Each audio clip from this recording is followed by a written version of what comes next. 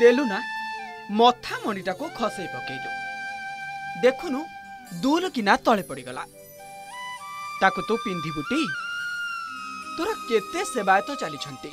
तो केते भक्तंक एठी पाद भी पड़ी गला पुणी से सेवायत को हैरान कलु।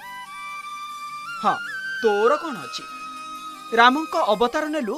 सबरीर अईठा खोली खाइलु कृष्णंक रूपरे जन्म नेलु सुदामांक गोड़ धोइलु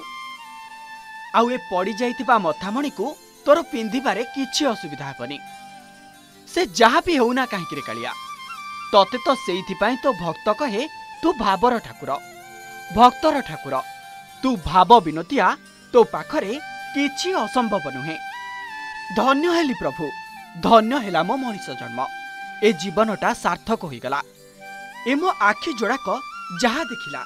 से सौभाग्य बा केईटा मनीष कपाल रे जुटिब कालिया रे तो मथारू मथामणि खसी पड़ुची तो सज सज ए चेहरा अनेक कथा कहूची रथरे सिना तू से दिन बसिथिलु हेले तो मन आउ केउठी थिला कहा प्रेम रे भिजुथिलु किरे ना तते के प्रेम भरा चाहाणी रे चाहि देला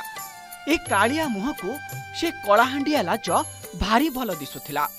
से रूप को तोर से दिन जे देखिथिबो से निश्चय तते झुरी होइथिबो रे कालिया तो ए रूप